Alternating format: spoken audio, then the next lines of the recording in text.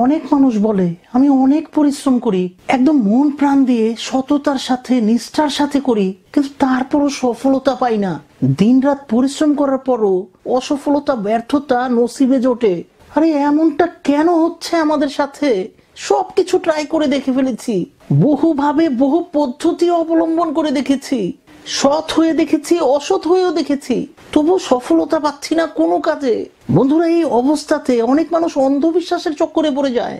আশেপাশের যারা যখন যে পরামর্শ দেয় সে সেটাকেই ফলো করতে থাকে, সে তাই করতে শুরু করে।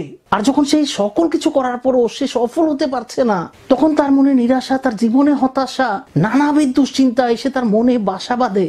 এবং আস্তে আস্তে ডে বাই ডে তার মনে একটা বিশ্বাস সৃষ্টি হতে থাকে, আমার ভাগ্যে তো ভালো কিছু হতেই পারে না। সবার সাথে হয়তো ভালো কিছু হতে পারে, কিন্তু আমার ভাগ্যে কখনো ভালো কিছু হবে না।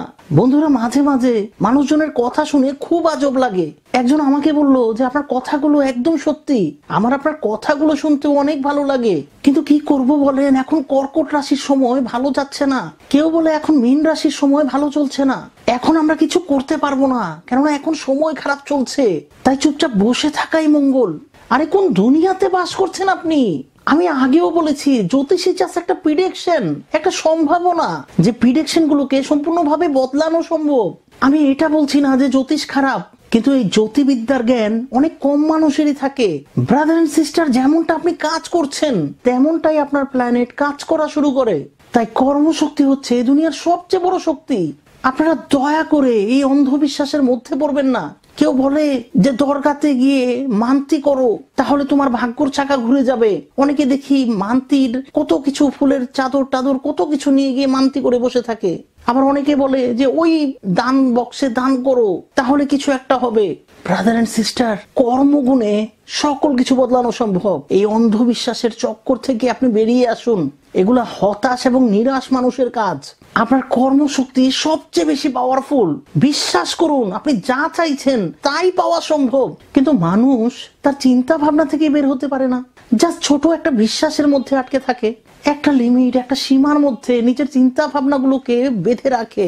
আর এই কারণে সে বড় কিছু ভাবতেই পারে না। আচ্ছা, যে মানুষটি বড় কিছু ভাবতে শুরু করেনি, তাহলে সে কিভাবে বড় কিছু অর্জন করবে? তাই বন্ধুরা, আপনার দৃষ্টিভঙ্গি, আপনার চিন্তা ভাবনাগুলো থেকে এইসবকে বের করে দিন।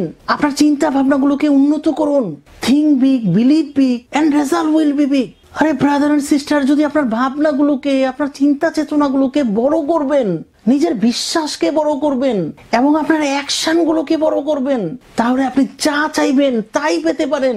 কিন্তু আমাদের এই দৃষ্টিভঙ্গি এবং আমাদের চিন্তা ভাবনাগুলো একটা সীমার মধ্যে আটকে থাকে, যে কারণে আমরা দূরের কিছু দেখতেই পারি না। একটা গল্প শেয়ার করছি। একজন রাজা তার রাজ্যের শখানেক বুদ্ধিজীবী মুরব্বীকে ডাকলো এবং তাদেরকে বলল যে আজ আমি অনেক আনন্দিত, আজ আমি অনেক খুশি।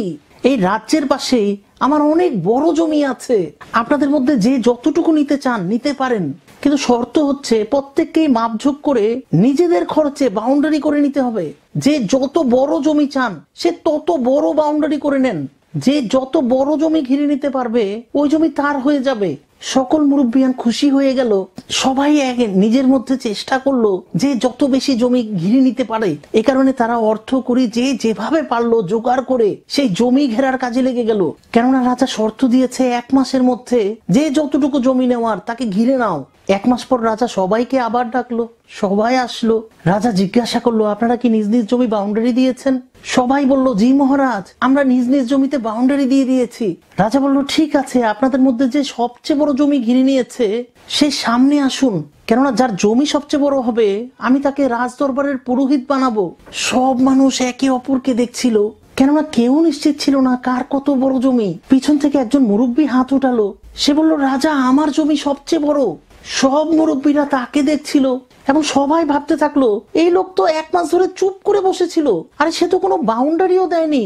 যখন আমরা সবাই বাউন্ডারি বানানোর জন্য ব্যস্ত সময় পার করছিলাম, তখন এই মানুষটি চুপচাপ ফালতু বসেছিল, আমাদের বাউন্ডারি দেওয়া দেখছিল। আমাদের তো মনে হয় না যে সে কোনো জমি ঘিরেছে। তখন রাজা বলল, ঠিক আছে, চলেন দেখি আপনার জমি কত বড়। রাজা ওই সকল মুরব্বীদেরকে নিয়ে ওই জমির কাছে গেল। সেই মুরব্বী বলল, যেখান পর্যন্ত বাউন্ডারি আছে এই জমিগুলো ওই মুরব্বীদের, এবং ওই বাউন্ডারি থেকে দূর দূরান্ত পর্যন্ত যতটুকু জমি দেখছেন ওই সকল জমি আমার। তো তখন সব মুরব্বীরা বলতে থাকলো, এই সম্পূর্ণ জমি তোমার কিভাবে হলো? আরে তুমি তো এর মধ্যে কোনো বাউন্ডারি নির্মাণ করোনি। তখন মুরব্বী বলল, আপনারা যখন বাউন্ডারি বানানো নিয়ে ব্যস্ত ছিলেন তখন আমি ভাবলাম যেখানে রাজা দয়া করে সম্পূর্ণ জমি ছাড় দিয়ে দিয়েছে, আরে যেখানে সম্পূর্ণ জমি আমার হতে পারে তাহলে সেখানে আমি কেন বাউন্ডারি দিব? সবাই বাউন্ডারি দেওয়ার পর যতটুকু জমি বাঁচবে ওই সম্পূর্ণ জমি আমার। এই মুরব্বীর এই বিচক্ষণতায় রাজা অনেক প্রসন্ন হলো, তাকে সে জমিও দিয়ে দেওয়া হলো এবং রাজ দরবারের পুরোহিত বানানো হলো, কেননা এই রাজ্যে তার মতো একজন বুদ্ধিমান পুরোহিতই প্রয়োজন ছিল।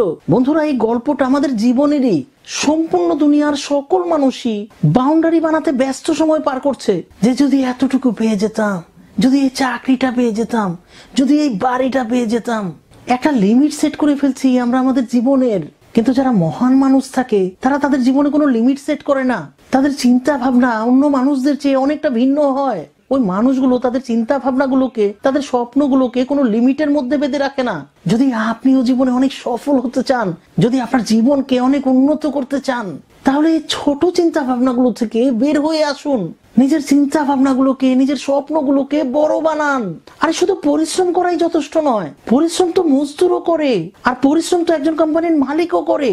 কিন্তু দুইজনের পরিশ্রম করার মধ্যে অনেক পার্থক্য থাকে, আর এই পার্থক্যগুলোকে আপনি যখন বুঝে ফেলতে পারবেন, আমাদেরকে শুধু এই পার্থক্যটা বুঝতে হবে।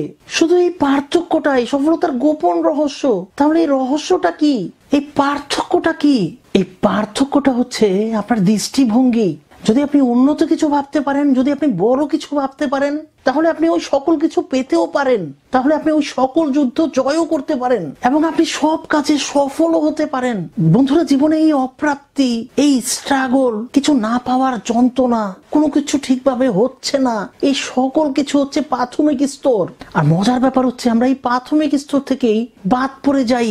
যদি আমাদেরকে জীবনে সফল হতে হয়, যদি আমাদেরকে জীবনে অনেক বড় কিছু করতে হয়, এই যে দুঃখ কষ্টগুলো, এগুলোকে পাত্তা না দিয়ে স্থির হয়ে মনোবলের সাথে একদম সম্পূর্ণ শক্তি দিয়ে টিকে থাকতে হবে। আর যে টিকে গেল সে জিতে গেল। বন্ধুরা, আপনাদের সকলের মঙ্গল কামনা করে আল্লাহ সুবহানাহু ওয়া তাআলা আমাদের সকলকে সহি এবং সঠিক কাজ করার তৌফিক দান করুক।